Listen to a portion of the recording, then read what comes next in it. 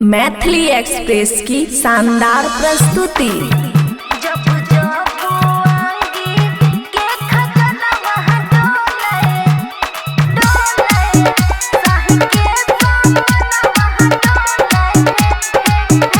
खुशी recording studio बलुआहा।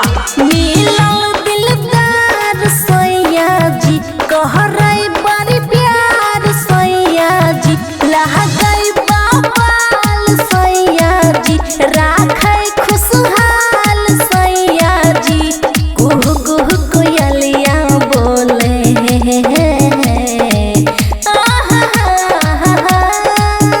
जब जब आगे के खजाना वहाँ डोले साहि के सामन वहाँ डोले है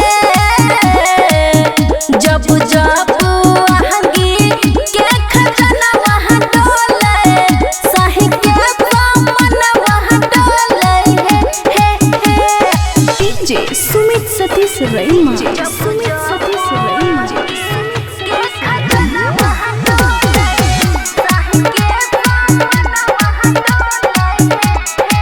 मिक्स बाय अमन अक्के। गंगा के पानी जेहन राजा पवित्र हमर देखै में हठा कठा गुद्दा से भरल कमर चीनी से मीठ ओकर बोली लागै मिठाई रमा गुण से भरल कत करी ओकर बड़ाई रमा छन छन पायलिया बोले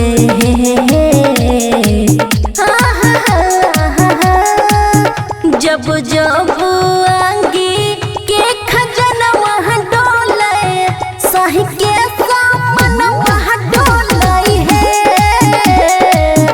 जब जब आगे के खजाना वहाँ डोले साहि के सामन वहाँ डोले है डीजे सुमित सतीश रईमा।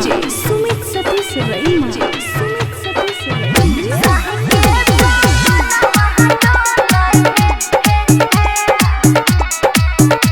खुशी रिकॉर्डिंग स्टूडियो बलुआहा।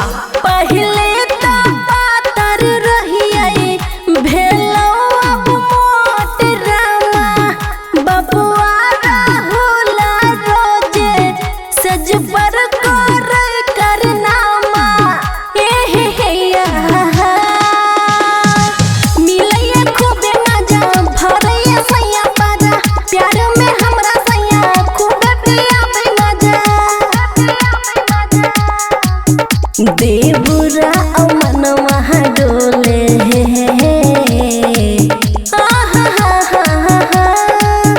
जब जब आगे के खजाना वहाँ डोले साहि के सामन वहाँ डोले है